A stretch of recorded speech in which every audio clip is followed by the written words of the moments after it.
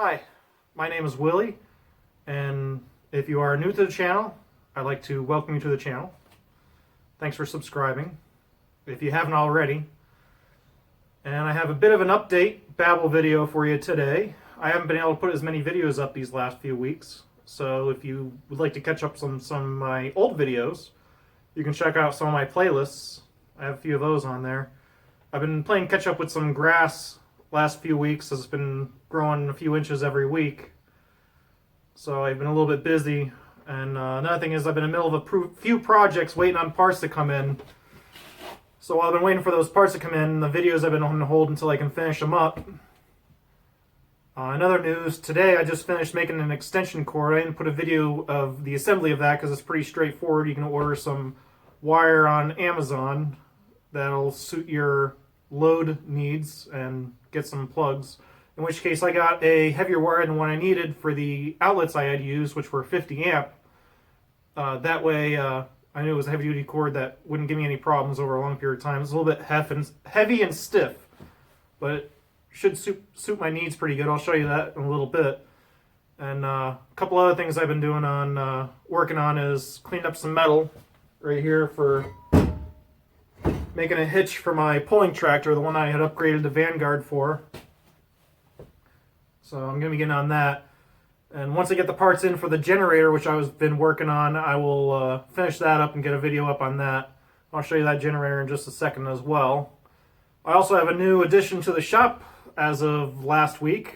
I had gotten a 250-pound all cast iron parallel twin Wisconsin engine. And this one is a THD.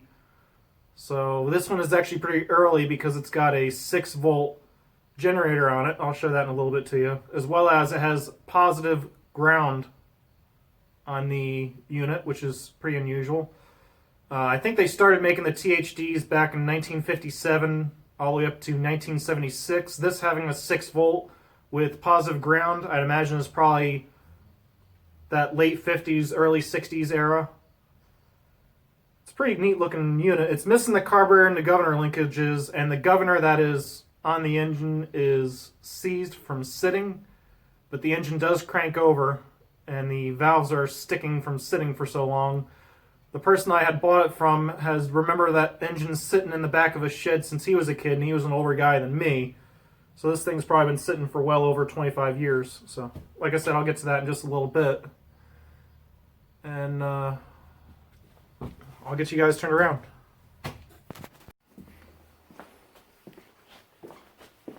Okay, here's the generator I've been working on. I am waiting on the fuel settlement bowl, carb to vent, vent tube for the carburetor, as well as a needle for the carburetor, and a head gasket, and I should have this together and finished.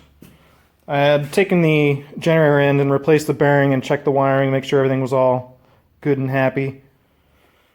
So just waiting on a few things for that. And I have to make a hitch that goes back here. I try to get it as close to the rear diff as I can.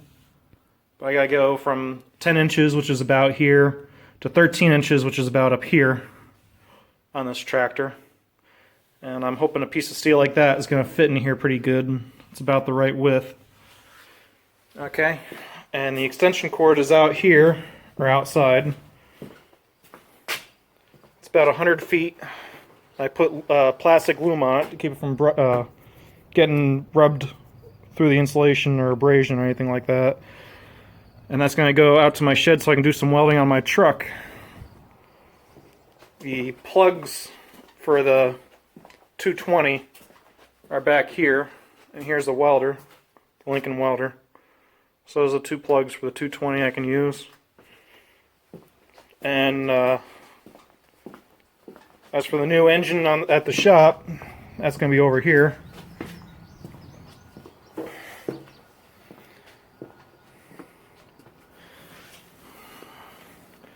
See, we got a THD, serial number 2986976. The bore and stroke is 3 1/4 by 3 1/4 inches, so this is a 53 or 54 cubic inch engine. right around 880 cc's.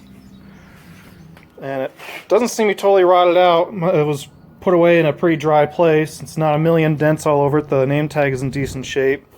The exhaust is still here, stuff like that. And this has an even fire. So there's a fire every revolution of the crankshaft. So the pistons actually go up and down parallel, side by side, all together, or all the time. So that's why you have an even fire now. The TJD models have a reciprocating kind of motion on the crankshaft. So when one piston's at bottom dead center, the other one's at top dead center. So you get a odd fire. So you get one cylinder that fires right after the other, and then you get a little bit of a pause. But the crankshaft is better balanced.